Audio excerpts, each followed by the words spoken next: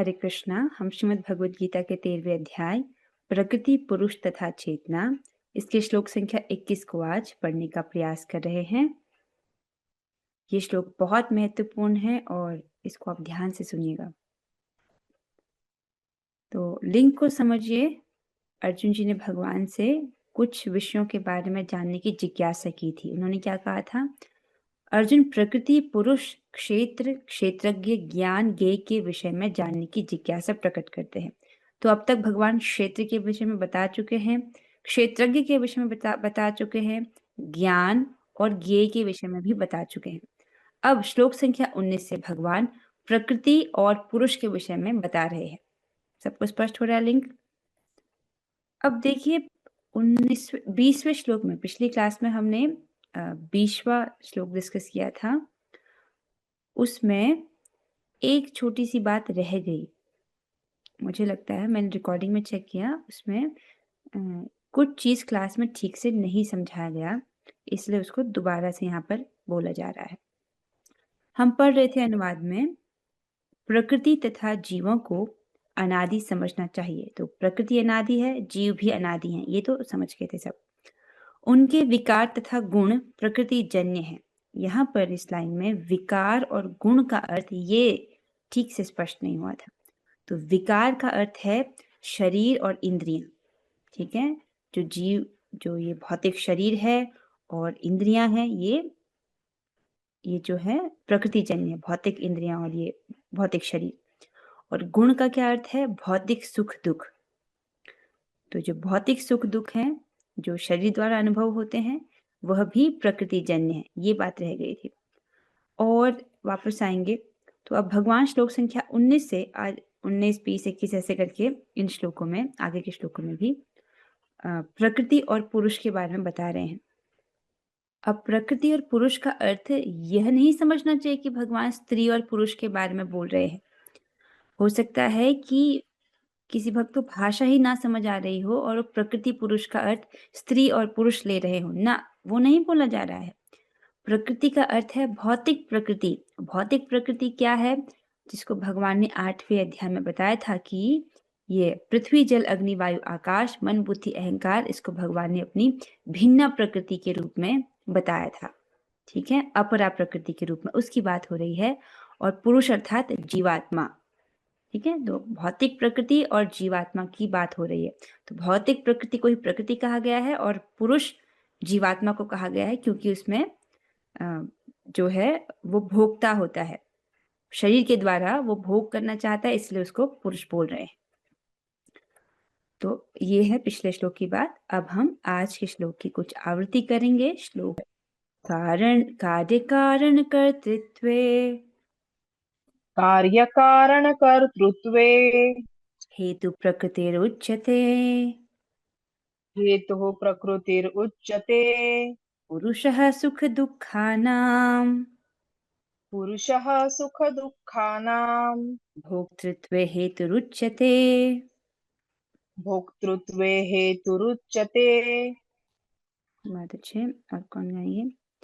ओह, पायल लता माता जी, आपका बहुत बहुत स्वागत है। ये बहुत अच्छे भक्त हैं जो मॉस्को से हमारे साथ जुड़े हैं। प्रतिदिन 16 माला हरे कृष्ण महामंत्र का जप करती हैं माता जी, और मंदिर में सेवा और नियमित रूप से भगवत गीता और श्रीमद् भागवतम का अध्ययन भी करती हैं।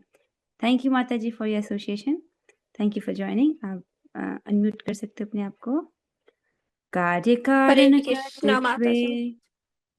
कर्तृत्वे, कार्य कारण कर्तृत्वे, हेतु प्रकृतिरुच्यते, हेतु प्रकृतिरुच्यते, पुरुषः सुख दुःखानां, पुरुषः सुख दुःखानां, भोक्तृत्वे हेतुरुच्यते। भोक्तृत्वे हेतुरुच्यते। बहुत अच्छे। इससे पहले हम आगे बढ़े, एक भक्त कह रहे हैं कि हम सारे लोग प्रकृति हैं और सिर्फ भगवान ही पुरुष हैं। तो देखिए, इस बात को समझिए थोड़ा आप। इस अध्याय का नाम क्या है? प्रकृति, पुरुष और चेतना। तो यहाँ पर प्रकृति का अर्थ है भौतिक प्रकृति और पुरुष का अर्थ है जीवात्मा, ठीक है। तो और भगवान परम पुरुष है। अगर आप 8वें अध्याय में जाएंगे तो 8वें अध्याय में भौतिक प्रकृति को अपरा प्रकृति बोला गया है और जीवात्मा को परा प्रकृति बोला गया है। तो इस दृष्टि से सही है कि जीवात्मा भी प्रकृति है, भगवान की पराशक्ति है, परा प्रकृति है। ठीक है, लेकिन इस अध्याय में आप देखेंगे यहाँ पर जीवात्मा को पुरुष बोला गया। देखो, पुरुष है अर्थात जीवात्मा। क्यों? क्योंकि वो शरीर से अपनी पहचान करता है और वो शरीर से विषयों का भोग करना चाहता है। उसमें इस प्रकार से प्रकृति पर प्रभुत्व जताने की प्रवृत्ति है, इसलिए उसको पुरुष कह रहे हैं। समझ रहे हैं? तो यहाँ पर कौन सी स्थिति है जब जीवात्मा अज्ञान में है, अपने आप को पुरुष समझ रहा है। आइए अब हम इस श्लोक के अनुवाद को पढ़ेंगे। प्रकृति समस्त भौतिक कारणों तथा कार्यों की हेतु कही जाती है और जीव अर्थात पुरुष इस संसार में विविध सुख दुख के भोग का कारण कहा जाता है। समझ रहे इस चीज को आप? इसको एक एक चीज इस अनुवाद की समझनी बहुत आवश्यक है। पहला तो आप कार्य का अर्थ समझिए। कार्य अर्थात शरीर, कारण है इंद्रियां। वापस आएंगे तो प्रकृति समस्त भौतिक कारणों तथा कार्य अर्थात परिणामों की हेतु कही जाती है। अब एक एक करके इन सारे पॉइंट्स को जब आप समझेंगे तब आपको समझ आएगा कि यहाँ पर अनुवाद में क्या कह रहे हैं। तो पहला आप समझ लें कि कार्य अर्थात है शरीर और कारण मतलब इंद्रियां। तो इंद्रियां कैसे कारण हैं इसको समझिए। क्यों? व्यक्ति इंद्रियों से कार्य करता है, हम अपने ही इंद्रियों से कार्य करते हैं। ठीक है, तो जिसमें ज्ञान इंद्रियां आ गई 5 और 5 कर्म इंद्रियां आ गई, तो व्यक्ति उससे कार्य करता है और उसमें मन भी आ गया। 11वां जो है वो मन है, उससे उसके मन में इच्छा आती है। कार्य कर रहा है तो उससे उसके मन में इच्छा आती है, उस इच्छा के अनुसार उसका शरीर बनता है। बात सबको समझ आ रही है? अर्थात इंद्रियों से व्यक्ति गुणों अर्थात सतोगुण, रजोगुण और तमोगुण का संपर्क करता है। तो व्यक्ति जो भी कार्य कर रहा है, मान लीजिए कोई फल खा रहा है तो वो सतोगुण के संपर्क में है। कोई व्यक्ति रेस्टोरेंट का स्पाइसी खाना खा रहा है तब वो व्यक्ति रजोगुण में है।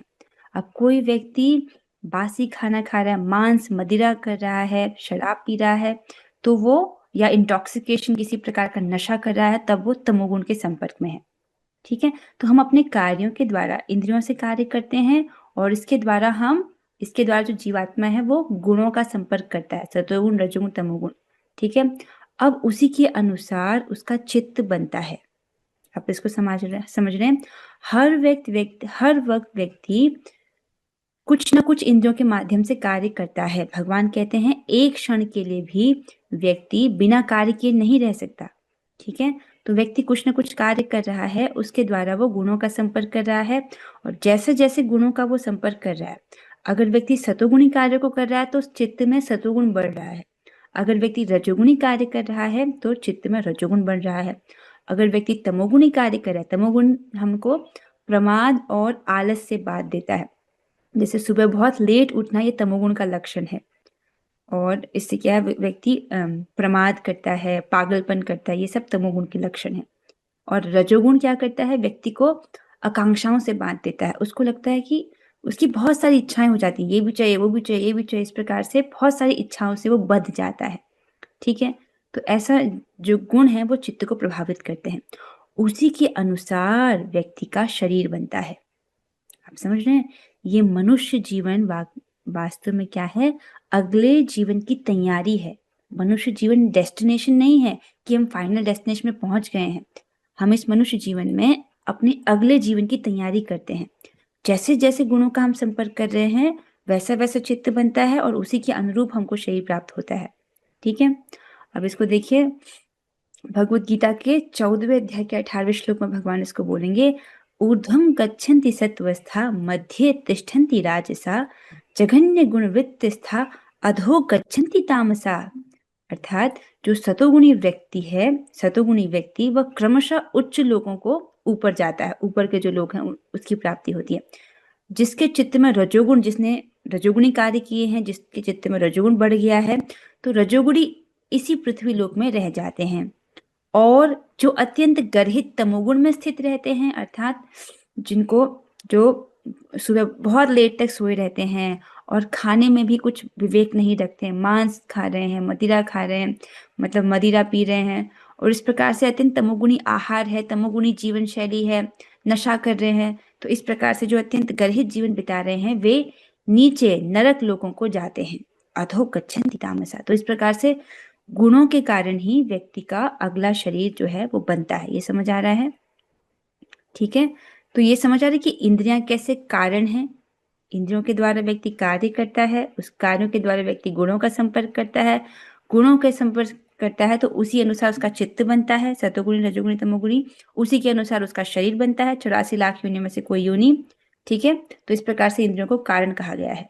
ठीक है, एक उदाहरण यहाँ पर दिया गया है, जैसे कान से व्यक्ति सिनेमा का गीत सुन सकता है, जैसे हिंदी मूवीज का, पिक्चरों का गाना सुन रहा है व्यक्ति कान से। ठीक है, तो गाना सुन रहा है, कोई भौतिक संगीत सुन रहा है इस भौतिकतावादी जीवन का, तो वह भौतिक गुणों का संपर्क कर रहा है, सतोगुण रजोगुण तमोगुण। तो गुणों का संपर्क कर रहा है तो उसको भौतिक देह की प्राप्ति होगी, 84 लाख योनि में से कोई योनि प्राप्त होगी। ठीक है, अब उसी कान का प्रयोग व्यक्ति अगर भगवत गीता श्रवण के लिए लगाए, भगवान की कथा श्रवण के लिए लगाए।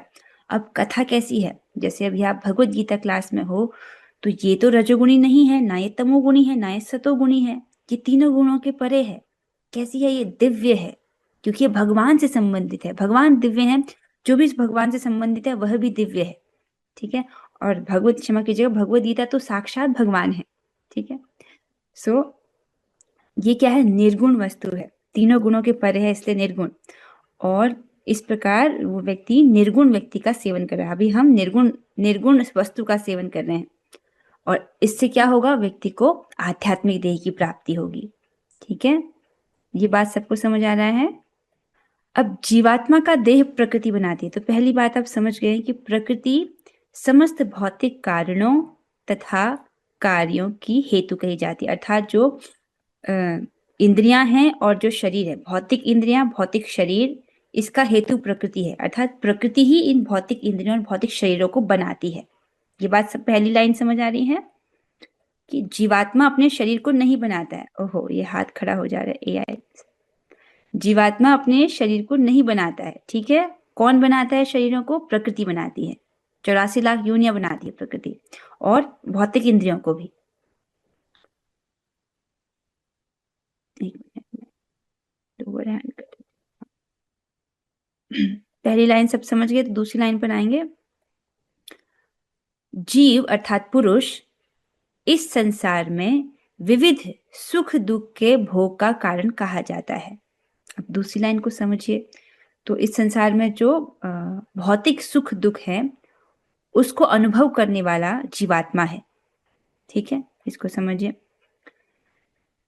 पहली बात तो ये रहेगी कि जीवात्मा का देह प्रकृति बनाती है। ये समझ आ रहा है कि देह भी प्रकृति बनाती है, और जीवात्मा कभी भी शरीरों की सृष्टा नहीं होती। तो हम अपने शरीर को नहीं बनाते। आप में से किसने अपनी आंख को बनाया है? हम नहीं बनाते, राइट। और सुख दुख का अनुभव करने वाला जीवात्मा है। तो भौतिक प्रकृति कभी भी अनुभव प्राप्ति की क्षमता को जागृत नहीं कर सकती। इसको समझिए। भौतिक प्रकृति अर्थात ये पृथ्वी जल अग्नि वायु आकाश मन बुद्धि अहंकार, ये सब जड़ पदार्थ हैं, इसमें अनुभव करने की क्षमता नहीं है। ठीक है, अनुभव करने की क्षमता किसमें है? आत्मा में है। तो आत्मा है जो है वह इस शरीर के द्वारा सुख और दुख का अनुभव करता है। ठीक है, इसलिए बोल रहे हैं कि ये जीवात्मा जो है इस संसार में विविध सुख दुख के भोग का कारण कहा जाता है। ये बात समझना बहुत आवश्यक है। हाँ, एक और श्लोक यहाँ पर है। कर्मणा दैव नेत्रेण जंतुर देहोपपत्यते, अर्थात भगवान कहते हैं कि परमेश्वर की अध्यक्षता में तथा अपने कर्म फल के अनुसार विशेष प्रकार का शरीर धारण करने के लिए जीव को पुरुष के वीर्य कण के रूप में स्त्री के गर्भ में प्रवेश करना पड़ता है। तो किस लिए रखा गया श्लोक? कर्मणा दैव नेत्रेण, तो व्यक्ति के कर्मफल के अनुसार और परमेश्वर की अध्यक्षता में उसको अपने अगले शरीर की प्राप्ति होती है। तो उसका कर्म भी इंपॉर्टेंट है कि नहीं है? तो व्यक्ति, जीवात्मा जो कार्य करता है उसी के अनुसार जो है, जैसी इच्छा करता है उसी के अनुसार उसको अगला देह प्राप्त होता है। अब इसको समझिए, हम कौन से टॉपिक को समझ रहे थे कि अनुभव करने वाला जीवात्मा है, प्रकृति अनुभव नहीं करती है। ये क्यों समझाया जा रहा है? देखिए, ये तो बहुत सिंपल सी बात है। जब व्यक्ति जीवित है अर्थात शरीर में है, तभी वो अनुभव कर पाता है इस भौतिक सुख दुख को। लेकिन जब वो शरीर को त्याग देता है, तब उसके देह को कोई अग्नि भी लगा दे, तब भी उसको कोई अनुभव नहीं होता। ठीक है, अर्थात शरीर को कुछ अनुभव नहीं होता है अगर उसमें जीवात्मा ना हो तो। अनुभव करने वाला जीवात्मा है, शरीर अनुभव करने वाला नहीं है बिना जीवात्मा के। इतना तो सब समझ रहे हैं। ये समझना आवश्यक है कि अनुभव करने वाला एक व्यक्ति है, वह आत्मा है और वह शरीर से भिन्न है। ये बात सबको समझ आ रही है? और ये समझना क्यों आवश्यक है? ये तो बहुत सिंपल लग रहा है। देखो, इसमें समझने में क्या मुश्किल है कि कोई मर जाए, तब उस शरीर में अगर उसको आप चिंगोटी काटोगे, उसको कुछ अनुभव नहीं होगा। लेकिन कोई जीवित है, उसको चिंगोटी काटोगे तो हो सकता है आप पर चिल्ला दे, है ना, क्योंकि उसको अनुभव हो रहा है। ठीक है, अनुभव करने वाला आत्मा है, वो शरीर से अलग है। इतनी बात समझनी है। ठीक है, ऐसे क्यों समझना है? क्योंकि ठीक से नहीं समझने के कारण व्यक्ति शरीर की जरूरतों को आत्मा की जरूरत समझने लगता है। जब व्यक्ति अपने आप को देह समझता है, ऐसा क्यों करता है? मिथ्या अहंकार के प्रभाव से। तब वो समझता है कि जो शरीर की जो मांगे हैं वो मेरी मांगे हैं। मुझे पिज्जा खाना है, ये किसकी मांग है? आत्मा की नहीं। समझ रहे हैं आप इस चीज को? मुझे पिज्जा पसंद नहीं है, मैं उदाहरण के लिए बता रही हूँ आपको। तो हम कहाँ पर थे कि आत्मा की एकमात्र आवश्यकता है कृष्ण प्रेम। ठीक है, और केवल भगवान की सेवा द्वारा ही उसको इस प्रकार का असीमित सुख प्राप्त हो सकता है, और कोई अन्य तरीका नहीं है। इस भौतिक जगत में जीवात्मा सुख ढूंढता तो है, सुख प्राप्त करने की इच्छा करना प्रॉब्लम नहीं है, लेकिन गलत जगह सुख ढूंढना ये प्रॉब्लम है। ठीक है, इस जगत में हम सुख ढूंढते हैं, लेकिन ऐसा सुख कैसा है? भौतिक सुख सीमित है और क्षणिक है, कुछ समय के लिए है। इससे जीवात्मा पूरी तरह तृप्त कभी नहीं हो सकता है। ठीक है, और आत्मा का सुख कैसे प्राप्त होता है? कृष्ण की सेवा में। तो ठीक से नहीं समझ पाने के कारण जो है व्यक्ति शरीर की जरूरतों को आत्मा की जरूरत समझने लगता है। और इस बात को समझिए, बहुत महत्वपूर्ण बात है कि यदि भक्ति करने में कोई अड़चन आ रही है, ठीक है, हम सभी के जीवन में कुछ ना कुछ अड़चनें आ जाती है भक्ति में, और यदि भक्ति में कोई अड़चन आ रही है तो इसका एकमात्र कारण है कि व्यक्ति अपने शरीर की किसी भी एक आवश्यकता को आत्मा की आवश्यकता से अधिक मानने लगता है। विचार कीजिए इस बात को। जब हम अपनी आत्मा की आवश्यकता से अधिक अपने शरीर की आवश्यकता को समय देने लगते हैं या उसको महत्व देने लगते हैं, तब जो है हमको भक्ति में प्रॉब्लम आने लगती है। तो अब समझ रहे हैं, सबसे पहले अपने दिन की प्रायोरिटी सेट कर लेनी चाहिए कि टॉप मोस्ट प्रायोरिटी क्या है आज की, कि मुझे आज अच्छे से भक्ति करनी है। फिर दूसरी प्रायोरिटी है कि आज का शरीर निर्वहन हो जाए, शरीर निर्वहन के लिए जो आवश्यक कार्य वो हो जाए। तीसरी प्रायोरिटी में रख सकते हैं कि भविष्य में शरीर निर्वहन के लिए जो आवश्यक कार्य, अर्थात जिनको जॉब पे जाना है वो, और जिनको स्कूल जाना है वो, इस प्रकार से। अच्छा, अब हम इस श्लोक के अन्वय पर चलेंगे। आशा है कि आपको ये बात तो समझ आ गया होगा।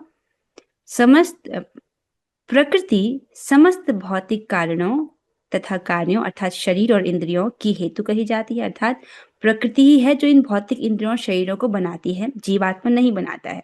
ठीक है, यद्यपि जीवात्मा भी उसका एक कारण है, क्योंकि जीवात्मा ही इच्छा करता है, उसी प्रकार के कार्यों को करता है और उसी अनुरूप उसका चित्त बनता है और उसके अनुसार उसको शरीर की प्राप्ति होती है।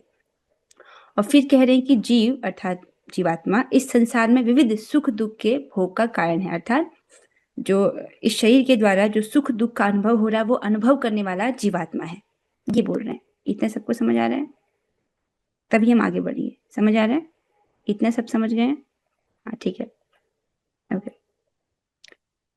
अन्वय पर चलेंगे। कार्य कारण के कर्तृत्व के विषय में अर्थात शरीर और इंद्रियों के कर्तृत्व के विषय में प्रकृति अर्थात प्रकृति भौतिक प्रकृति हेतु उच्यते कारण कही जाती है। ठीक है, अर्थात भौतिक प्रकृति ही शरीर और इंद्रियों को बनाती है।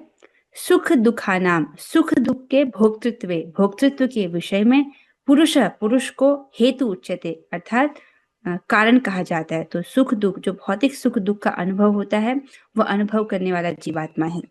ठीक है, एक मिनट, किसी का माइक ऑन रह गया है। ओके, अब हम तात्पर्य की ओर चलते हैं।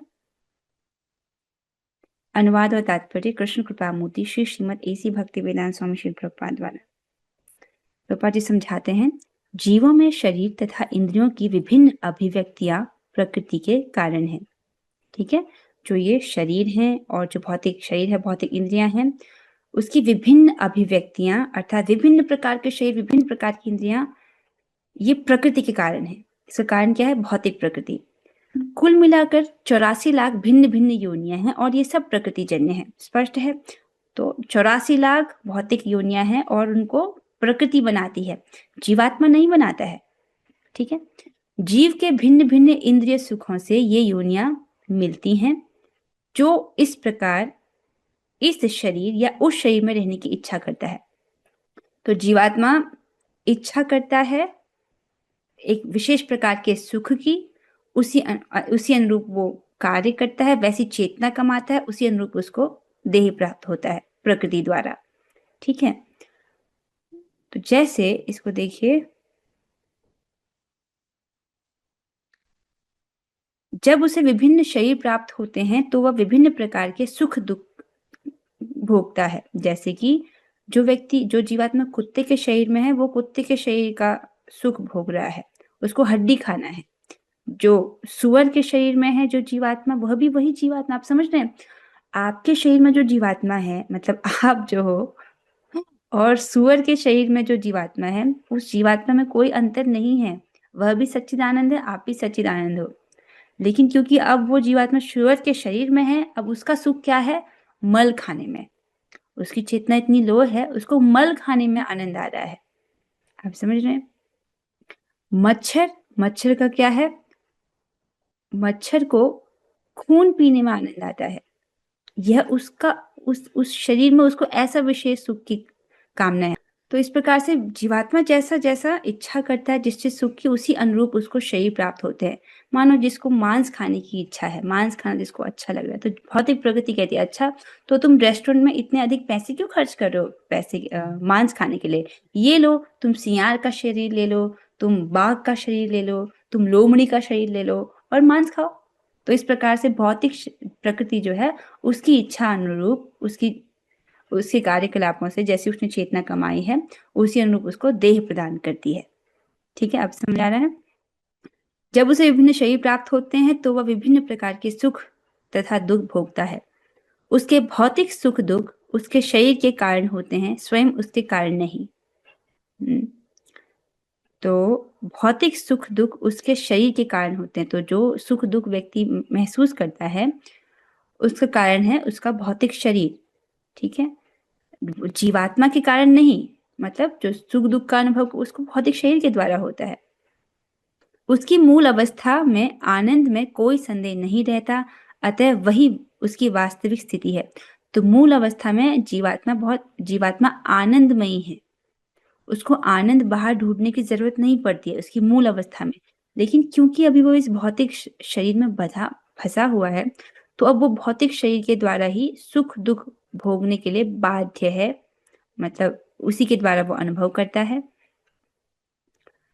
वह प्रकृति पर प्रभुत्व जताने के लिए भौतिक जगत में आता है। अब ये नहीं पूछना कि कब आता है, आपने इसको पिछले श्लोकों में पढ़ा है कि प्रकृति भी अनादि है, जीवात्मा भी अनादि है, और अनादिकाल से जो जीवात्मा है वो भौतिक प्रकृति के संपर्क में है। प्रकृति पर प्रभुत्व जताने के लिए अर्थात वो समझता है कि ये शरीर मैं हूं, शरीर से संबंधित वस्तुएं मेरी हैं, अहम और मम बुद्धि, और उनमें उनको भोगने की इच्छा होना। इस प्रकार से इसको कहते हैं प्रकृति पर प्रभुत्व जताना।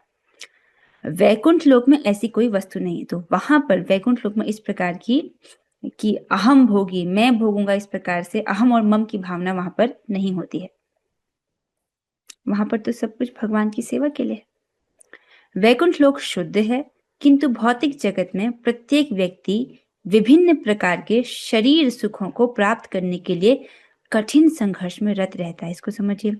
देखिए, वैकुंठ लोक में तो आनंद ही आनंद है। वैकुंठ का नाम ही कितना अच्छा, वैकुंठ, ऐसा स्थान जहां पर कोई कुंठा नहीं है, जहां पर कोई टेंशन नहीं है। कुंठा मतलब चिंता, जहां पर कोई चिंता नहीं है, निश्चिंत है वहां पर सभी भगवान के आश्रय में।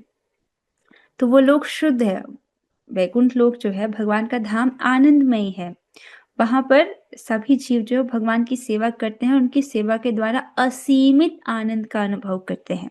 और वहां पर कल्प वृक्ष हैं जो सब प्रकार की इच्छाओं को पूरा करने में सक्षम हैं। उनको हम लोगों की तरह काम करने की जरूरत नहीं पड़ती है। हमारे जगत में तो बहुत, जैसे खेत, जैसे किसी को धान चाहिए, गेहूं उगाना है या चावल उगाना है, उसके लिए खेती करनी पड़ती है, बहुत मेहनत करना पड़ता है। लेकिन उधर ऐसा नहीं होता है। ये सब हमारे जगत में है, इसलिए हमारे जगत को प वर्ग बोला जाता है और ऊपर के ऊपर अपवर्ग बोला जाता है।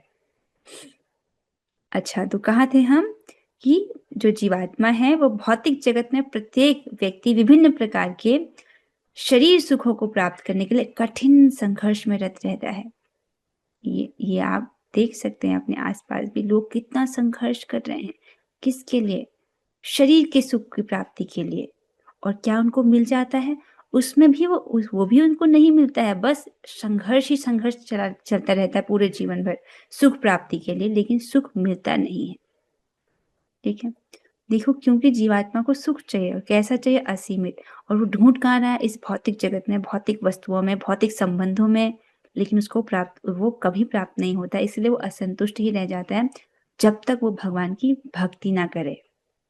ठीक है, भगवान भी इसको बोलते हैं चतुश्लोकी भगवत गीता में कि भगवान के जो भक्त हैं, तुष्यंती च रमंती च, वो जो है एक दूसरे को मेरा ज्ञान प्रदान करते हैं। इस प्रकार से वो बहुत इसमें वो आनंद लेते हैं। और तुष्यंती च रमंती च, इसमें वो संतुष्टि का अनुभव करते हैं और उनका मन इसी में ही रमण करता है।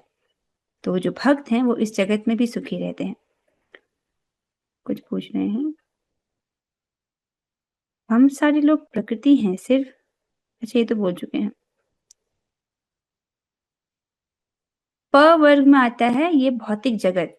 इस भौतिक जगत को प वर्ग कहते हैं। जैसे प, फ, ब, भ ऐसे आते हैं ना। और म से मृत्यु, प से परिश्रम, मतलब ऐसे आते हैं कि प से वो व्यक्ति बहुत परिश्रम करता है। फ से जो है उसके मुख से फेन निकलता है, इस प्रकार से है। और प, फ, ब, भ से उसको बहुत भय होता है। ब मुझे याद नहीं आ रहा। भ से उसको बहुत भय होता है। इस जगत में निरंतर ही भय बना रहता है, मृत्यु का, कुछ अनहोनी ना हो जाए उसका, निरंतर ही उसको भय रहता है। प, फ, ब, भ और म से मृत्यु। तो इस प्रकार से ये प वर्ग बोला जाता है जिस श्लोक में हम हैं। अपवर्ग अर्थात जहां पर ये सब समस्याएं जो प वर्ग में है वो नहीं है, ऊपर के आध्यात्मिक लोग। कहाँ थे हम? यह कहने से बात स्पष्ट हो जाएगी कि यह शरीर इंद्रियों का कार्य है, इंद्रियां इच्छाओं की पूर्ति का साधन है। यही बात समझा जा रही है जो अभी हमने समझा था यहाँ पर कि इंद्रियां जो थी, ठीक है, उसके द्वारा व्यक्ति कार्य करता है, उसके मन में इच्छा आती है, राइट, विभिन्न कार्यकलाप करता है, उसके द्वारा वो गुणों का संपर्क करता है, सतोगुण, रजोगुण, तमोगुण। उसी अनुसार उसका चित्त बनता है और जैसा उसका चित्त होगा उसी अनुरूप उसको शरीर की प्राप्ति होती है। सतोगुण कमाएगा तो ऊपरी लोकों में जो शरीर प्राप्त होता है, रजोगुण कमाएगा तो पृथ्वी पर ही कुछ योनि प्राप्त हो जाएगी, और तमोगुण कमाएगा तो नार की योनि उसको प्राप्त होंगी। तो इस प्रकार से इंद्रियों के द्वारा ही जो है व्यक्ति कार्य करता है। कहाँ थे हम? पीछे।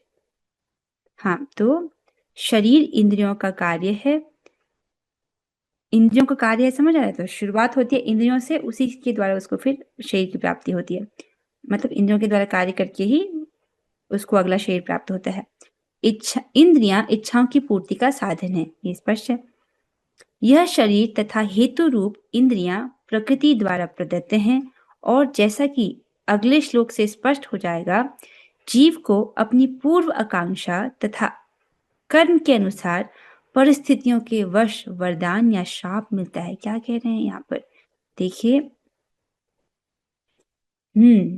इंद्रियां प्रकृति द्वारा प्रदत्त है, ये तो सबको स्पष्ट है कि इंद्रियां ही प्रकृति ही इंद्रियों को बनाती है।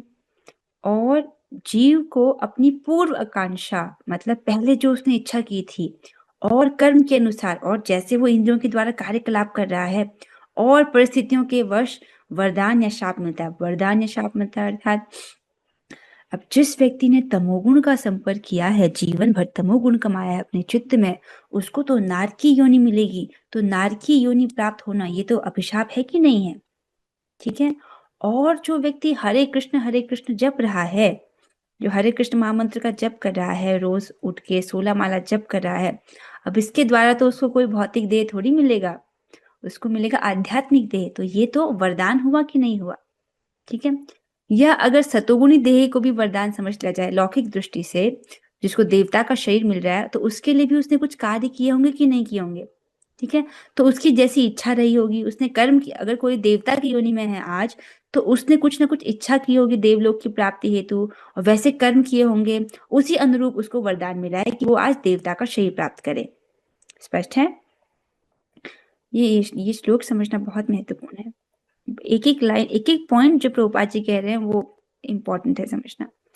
जीव की इच्छाओं तथा कर्मों के अनुसार प्रकृति उसे विभिन्न स्थानों में पहुंचाती है, ठीक है। जीव की इच्छा और उसके कर्मों के अनुसार तो विभिन्न स्थानों में पहुंचाती है, अर्थात विभिन्न प्रकार की योनियां प्रदान करती है। जैसे जो देवता की योनि में है, अब देवता की जो योनि है वो भी तो 84 लाख योनियों में से एक योनि है। तो जिसने वैसे इच्छा और वैसे कर्म किए हैं उसको देवता की योनि प्राप्त हो गई, जिसने नरक जाने वाले कर्म किए हैं उसको वैसी योनि प्राप्त होगी। जीव स्वयं ऐसे स्थानों में जाने तथा मिलने वाले सुख दुख का कारण होता है, ठीक है। तो जिस भी योनि में जीवात्मा है उसमें जो भी सुख दुख उसको प्राप्त हो रहे हैं उसका कारण वही है, क्योंकि उसने वैसी इच्छा की थी और उसी अनुरूप कार्यकलाप किए थे, ठीक है। यदि कोई जीवात्मा आज कुत्ते की योनि में है तो इसके लिए और कोई दोषी नहीं है, वह जीवात्मा स्वयं दोषी है, क्योंकि उसने इसी प्रकार की इच्छा और इसी प्रकार के कार्यकलाप किए हैं। इससे मुझे याद आया कि एक बार ऐसा होता है कि प्रभुपाद जी जो है अपने शिष्यों के साथ जा रहे होते हैं, तब एक कुत्ता उनके पास आता है, प्रभुपाद जी के चरणों के पास आता है। तो उनके जो शिष्य हैं उनको कुत्ते को दूर हटाते हैं। फिर वो कुत्ता बार बार प्रभुपाद जी के पास आता है, फिर उनके शिष्य दूर हटाते हैं, फिर कुत्ता बार बार पास आता है। तो प्रभुपाद जी उनसे कहते हैं इसको छोड़ दो, ये मेरा पतित शिष्य है। समझ रहे? वो मतलब भक्ति में आया हो, मतलब उसने प्रभुपाद जी का शिष्य बना होगा, लेकिन कुछ उसका पतन हो गया। और देखो, जो अगर नियमों को ठीक से पालन नहीं करेंगे तो प्रकृति तो बहुत कठोर है ना, तो प्रकृति के नियम तो लागू होंगे, और उस व्यक्ति को कुत्ते की योनि में जाना पड़ा। तो जीव जो है स्वयं ऐसे स्थानों में जाने तथा मिलने वाले सुख दुख का कारण होता है, ठीक है। तो जो जिस योनि में है उसके लिए उसी ने वैसी ही इच्छा की थी, वैसे ही कार्यकलाप किए थे अपने पूर्व जन्म में, ठीक है। इस प्रकार का शरीर प्राप्त हो जाने पर वह प्रकृति के वश में हो जाता है, क्योंकि शरीर पदार्थ होने के कारण प्रकृति के नियमानुसार कार्य करता है। उस समय शरीर में ऐसी शक्ति नहीं कि वह उस नियम को बदल सके। जैसे जो जीवात्मा आज मुर्गे की योनि में पहुंच गया है, उसकी क्या गति है? मुर्गे के पास ये चॉइस नहीं है कि वो, आपने देखा है एक मुर्गी को, वो एक व्यक्ति मुर्गियों को खरीद लेता है, किस लिए? ताकि उनको काट सके, काट करके बेचे, इतनी बुरी दशा है। तो जो जीवात्मा आज मुर्गी की योनि में पहुंच गई, उसके पास क्या चॉइस है? कोई चॉइस नहीं है।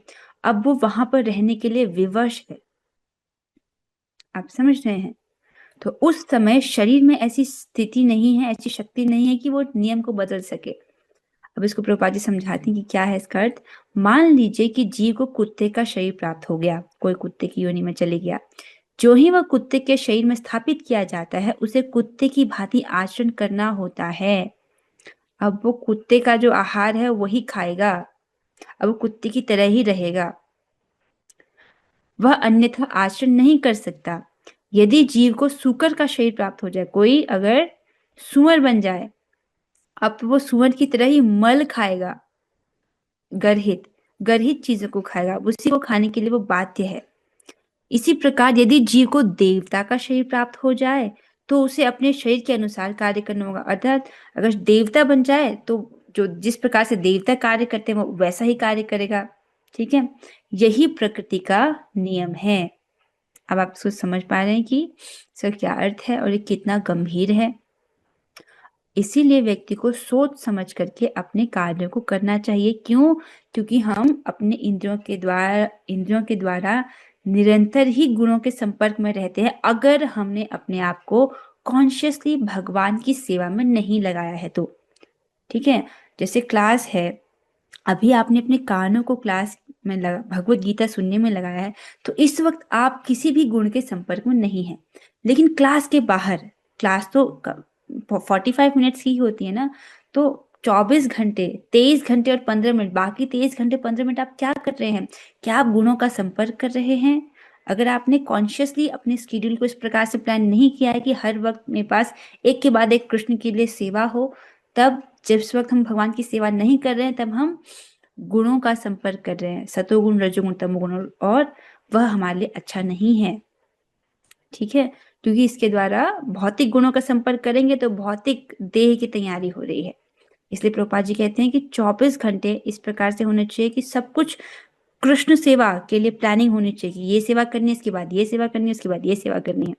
तो प्रभुपाद जी ने तो बहुत अच्छा सा जो है मॉर्निंग रूटीन हम सबको प्रदान किया है, और दिन भर की सेवाएं इसी प्रकार से होती है कि सब कुछ भगवान को ही केंद्र में रख करके इसी प्रकार का रूटीन होना चाहिए। तो एक प्रकार का शरीर प्राप्त हो जाने पर वह प्रकृति के वश में हो जाते हैं। यहाँ पर देख सकते हैं चित्र में आप, जैसे यहाँ पर जो जानवर बन गए हैं, अब वो बाध्य है उसी जानवर के शरीर में रहने के लिए, उसी प्रकार कार्य करने के लिए। हमें बस कितना बचा है? बस थोड़ा सा ही बचा है। और अच्छा, यहाँ पर बता रहे हैं कि जैसे देवता सतोगुण में होते हैं और मनुष्य लोग रजोगुण में होते हैं, और ये जानवर तमोगुण में होते हैं।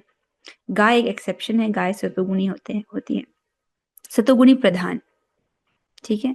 इस प्रकार से जो शरीर प्राप्त हो जाता है, फिर वहां पर उसी प्रकार से रहने के लिए जीवात्मा बाध्य हो जाता है। तो ये प्रकृति का बंधन सबको समझ आ रहा है, प्रकृति का नियम कितना कठोर है, लेकिन इसको बहुत आसानी से काटा जा सकता है अगर हम प्रतिदिन हरे कृष्ण महामंत्र का जप करते हैं। कम से, प्रभुपाद जी कहते हैं, कम से कम 16 माला जप करें निरपराधिक रूप से। उससे व्यक्ति 16 माला जप और 4 नियमों का पालन, उससे व्यक्ति इसी जन्म में इतना पवित्र हो जाएगा कि उसको भगवत धाम की प्राप्ति हो जाएगी। तो समझ रहे, इस कठोर प्रकृति के नियमों के परे हो जाएगा वो व्यक्ति, ठीक है, और शाश्वत धाम में भगवान की सेवा प्राप्त करेगा। और इस प्रकार से जीव वस्तुतः सुखी होगा। यही जीव का कल्याण है, राइट। कल्याण समझ लो, जब उसको असीमित सुख की प्राप्ति हो। इसके साथ हम आज हो चर्चा को यहाँ पर विश्राम देते हैं। आज की चर्चा में से किसी भक्त का कुछ प्रश्न हो, आप पूछ सकते हैं। ये तो बहुत इंपॉर्टेंट है, ये चीज तो समझ आना ही चाहिए।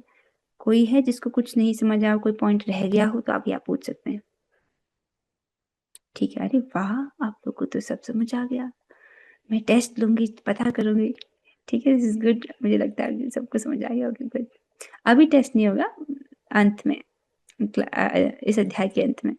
अनीता माता जी को प्रश्न पूछना। जी माता जी। क्लास समय थोड़ा कम है माता जी, इसलिए जो क्लास से संबंधित है वही पूछेगा। हाँ माता जी, हरे कृष्णा।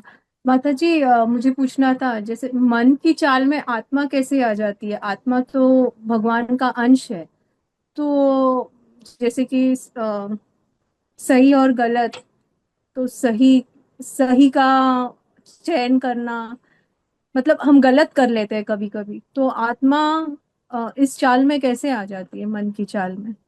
मन के द्वारा संकल्प और विकल्प, मन का कार्य है संकल्प और विकल्प करना, ठीक है। संकल्प करना मतलब मुझे ये करना है, विकल्प अर्थात मुझे नहीं करना है, ये मन का कार्य होता है। और भगवान कहते हैं कि अगर मन संयमित है तब वो जीवात्मा का सबसे बड़ा मित्र है, और अगर मन यदि वश में नहीं है तब वो जीवात्मा का सबसे बड़ा शत्रु है, और सबसे बड़ा शत्रु बना ही रहेगा, ठीक है। तो मन जब वश में नहीं है तो तभी तो वो कुछ संकल्प विकल्प करेगा ही ना, कुछ इच्छा करेगा ही। जैसे जो लोग क्लब में जाते हैं, शराब पीते हैं, उनका मन क्या संकल्प कर रहा है कि शराब पीना। अब इस प्रकार से जो जीवात्मा है उसकी उसकी कैसी चेतना बन रही है, तमोगुण इकट्ठा हो रहा है, तमोगुण इकट्ठा हो रहा है। आप समझ रहे हैं, तमोगुण इकट्ठा हो रहा है तो उसको तमोगुणी योनि प्राप्त होगी, नारकी की योनि प्राप्त होगी। तो जीवात्मा तो फंस गया ना, क्योंकि वो एक ऐसे मन के साथ है जो अनियंत्रित है। इसलिए बहुत आवश्यक है कि मन वश में किया जाए, ठीक है। मन को वश में करने के लिए भगवान क्या कहते हैं, तस्मातो इंद्रियाणि आदो, अर्थात तुम अपने पहले इंद्रियों को संयमित करने की कोशिश करो, इंद्रियों के कार्यकलापों को संयमित करो। कैसे? अपनी इंद्रियों को मेरी सेवा में लगा करके, जिसमें अम्बरीश महाराज का उदाहरण दिया जाता है कि आप अपनी सभी इंद्रियों को भगवान की सेवा में लगाएं, अपनी इच्छाओं को भगवान की इच्छा की पूर्ति में लगाएं, जिससे जो है मन भी जो है नियंत्रित होता है। मतलब जैसे हम भक्ति कर रहे हैं, जैसे अभी आप क्लास में हो, अभी आपका मन जो है कहीं और क्यों नहीं जा रहा, क्योंकि आप अभी क्लास में हो, तो आपने इंद्रियों को भगवान की सेवा में लगाया है, तो आपका संकल्प क्या है, भगवान की सेवा करने का। तब आप अनियंत्रित मन से बच गए कि नहीं बच गए, है ना। जितने समय हम भगवान की सेवा कर रहे हैं, उतने समय हमारा जो इंद्रियां भी संयमित है, मन भी संयमित है। तो इसलिए कोशिश करना कि इंद्रियों को भगवान की सेवा में लगाए रखा जाए। ठीक है माता जी, आपको प्रश्न का उत्तर हो पाया, कुछ समझ आया? जी जी, ठीक है, ठीक है, ओके। अब हम लोग जो है 3 बार हरे कृष्ण महामंत्र करेंगे, क्लास थोड़ी सी लंबी हो रही है। कृष्णा हरे कृष्णा कृष्णा कृष्णा हरे हरे हरे राम हरे राम हरे हरे हरे कृष्णा कृष्णा कृष्णा हरे हरे राम राम राम हरे हरे कृष्णा कृष्णा हरे राम श्रीमद् भगवद गीता की जय, जगत प्रभुपाद की जय, नमस्कार श्री हरिदास ठाकुर की जय, धाम वृंदावन की जय, जय राधे निताय गौर प्रेमानंदे हरि बोल। Thank you, Mataji. Thank you. Wonderful session. Thank you. Hare Krishna.